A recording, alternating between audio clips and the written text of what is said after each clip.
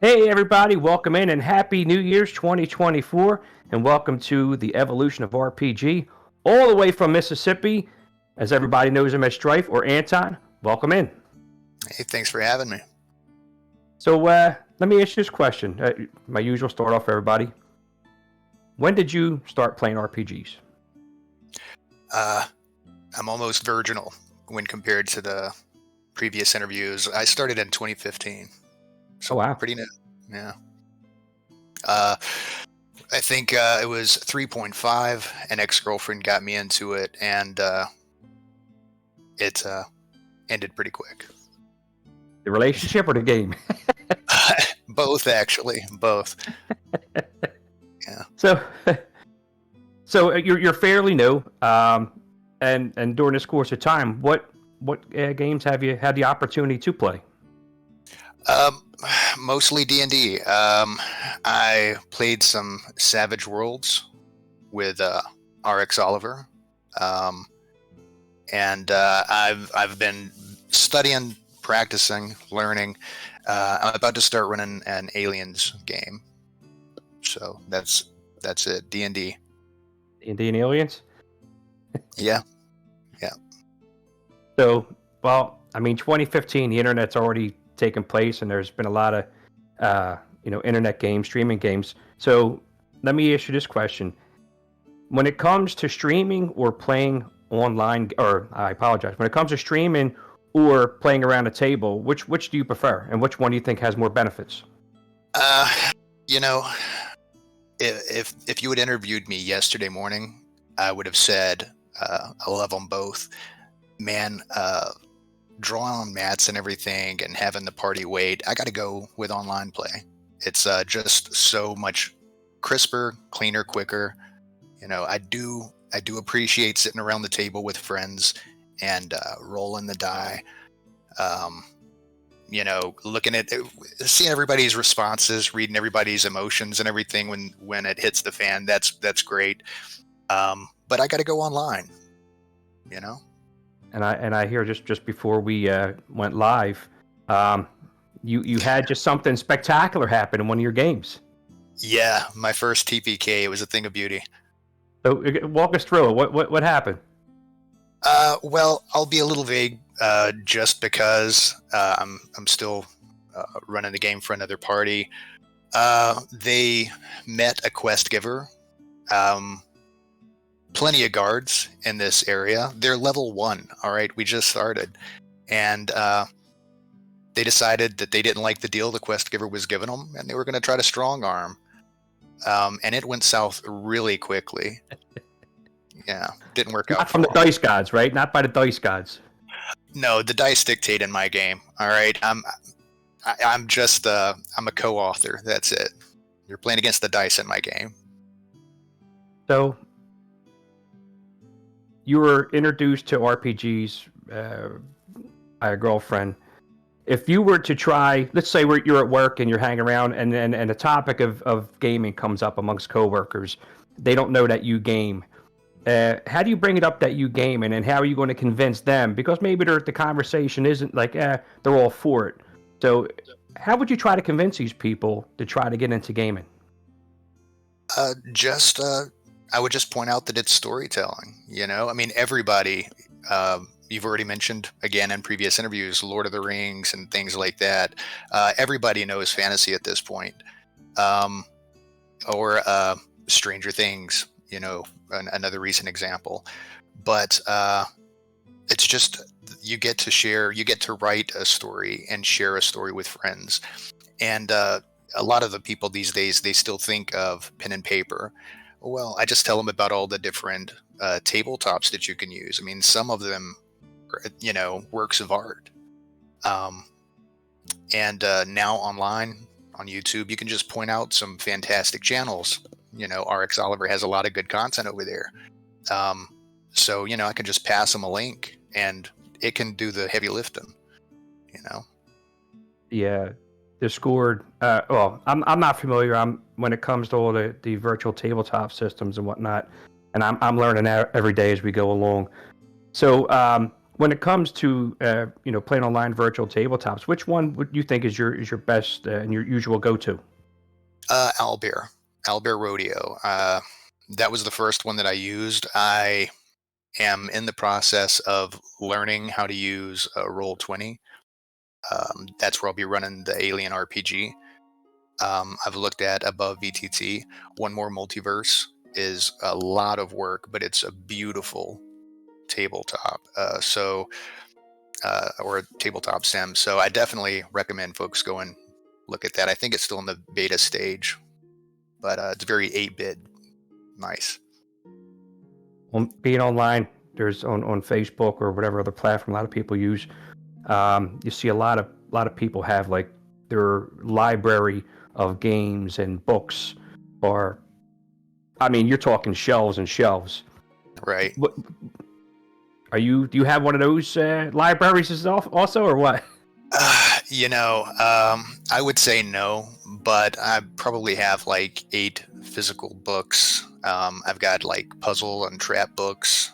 I've got the Alien RPG book, or one of them. And then on beyond, I've probably got over $1,000, maybe 2,000 in it. So due to the online play and the physical of the pen and paper, I really don't.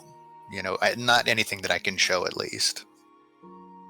Everybody, while playing role-playing games, especially around a table, always has that one set of dice that always rolls them that critical hit or whatever. So based off of superstitions, have you ever had that particular set of dice, or that you always like to use, that always thought that was going to get you through the toughest times? Yeah. Until a couple of years ago, it was actually a set of Cthulhu dice. But in the last 2 years, it's a set of metal dice. It's like they're blood splattered and stuff, and I love the weight of them.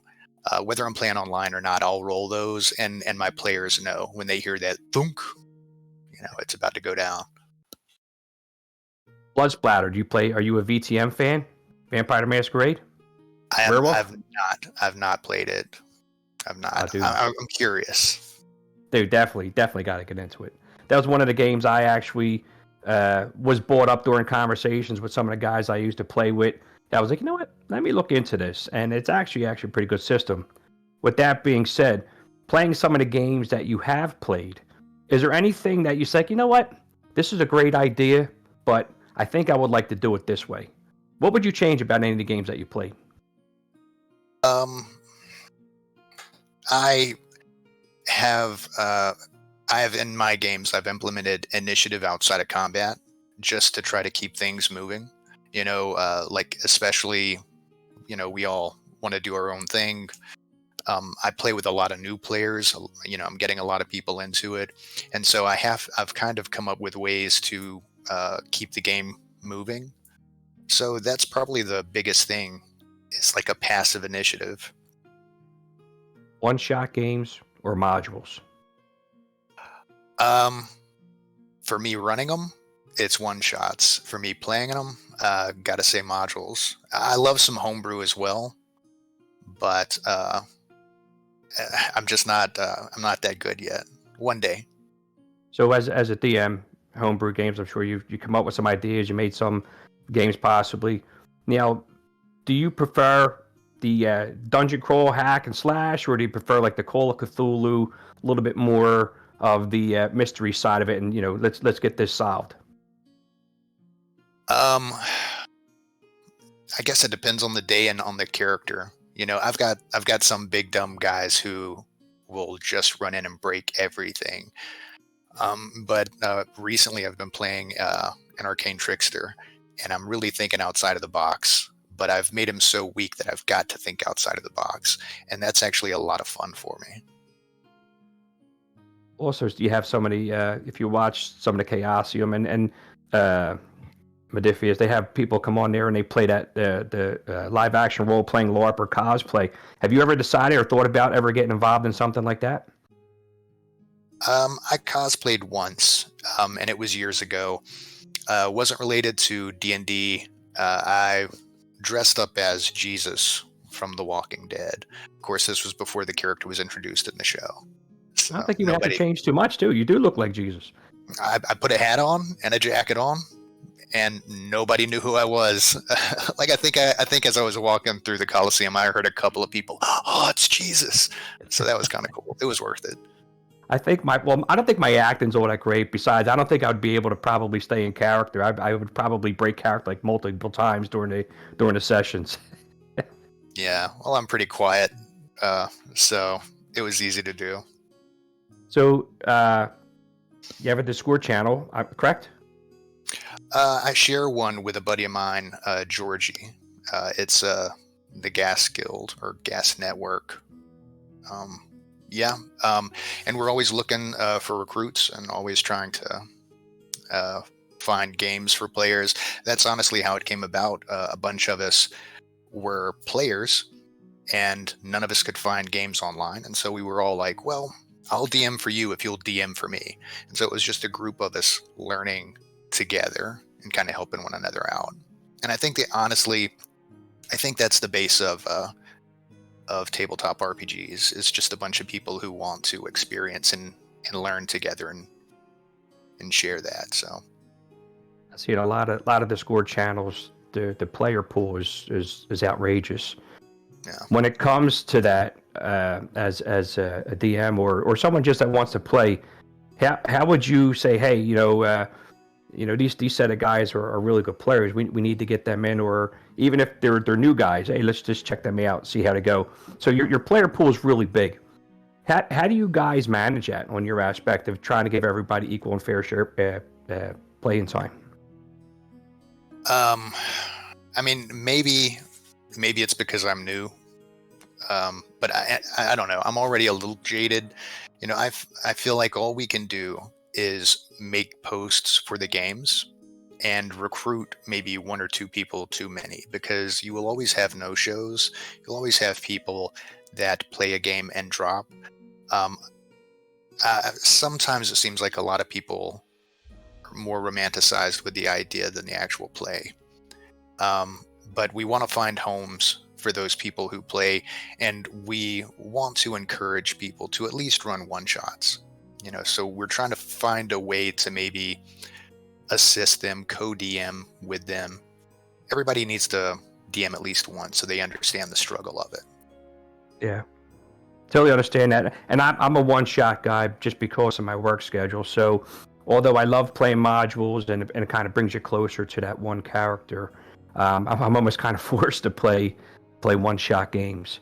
But during my time at role-playing, one of our favorite things, especially growing up, was that go-to snack or something like that, especially when you're around a table with everybody. What was your go-to food, your go-to snack while playing RPGs? Pizza. Yeah. Pizza's definitely the go-to. Yeah, well, when I moved back to Mississippi, it was the first long game that I got into, Homebrew 5e. And I would have to drive probably about 30 minutes to get over there. So I would just stop by and pick up a couple of pizzas. And we would just stay up all night long playing. Now, especially now that we're older, those overnights or those 7, 8, 9 hour gameplays are kind of tough to come by. When it comes to playtime, what is acceptable amount of playtime for you? I'm down for whatever. When I run a game, I am trying to, because I'm not really available most weekends, so most of my games are running weeknights, and I want to be convenient for everybody. I want to keep people excited and wanting more. So we typically run for 3 hours. We'll start at 7. Everybody has time to get home from work and do their thing, and then we cut it at 10. Everybody gets to bed on time. Very cool. Very cool.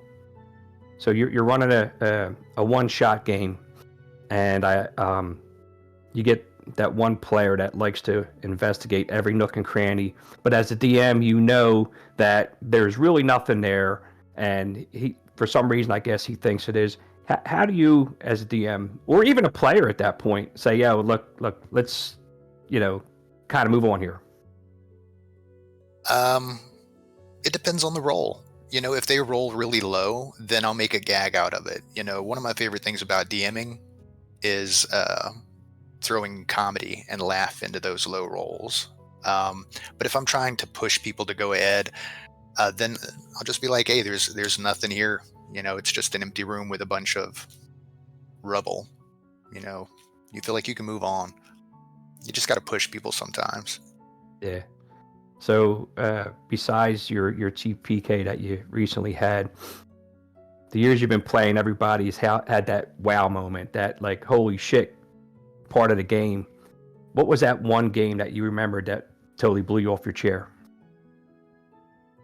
We were fighting an undead dragon, and it was homebrew, kind of rule of cool. The new DM, he was trying to terrorize us. This was a reoccurring creature that showed up and just wrecked our day. Well, I managed to pin his paw in place with an immovable rod, and due to just, I guess, a rule of cool, we just sat there and whittled that dragon down and murked him. It was end game, but you could tell by the DM's face, he was brokenhearted, and we all got really lucky with a bunch of rolls. That's my moment. During your course of time, everybody, life gets in the way. It happened to me, out of school, went into the military, totally forgot about the game. Was there ever a time during this short period that you actually got away from the game and then something brought you back? Yeah. When I moved from Georgia, when I moved from Atlanta back to Mississippi, it was really hard to find players, to find time. I had to, bad situation. I had to move in with my parents and stuff like that. So I was working all the time trying to make money to get my own place. So I didn't have time for anything. But as soon as I got my own place, I went right back to playing. So it was a short period. I may have only been playing for 8 years, but it's been pretty constant. Very cool. And then again, everyone always has that one player, whether it was your first player or your fifth player, that was your all-time favorite. Who was your all-time favorite character? I can't pick. Creating the character, finding the character is the highlight of the game for me. I do. I fall in love with my characters. I try to find their voices. I can't pick a favorite. Mavith was my longest running character. He was a big rage demon. He was fantastic. My arcane trickster, I'm really loving him. He's a kid with like a little cracked voice. He's going through puberty and stuff, and he's a little smart ass thief. So he is a lot of fun to play. But I love them all. As a DM, what kind of players are your favorite, and also what kind of your players are your least favorite?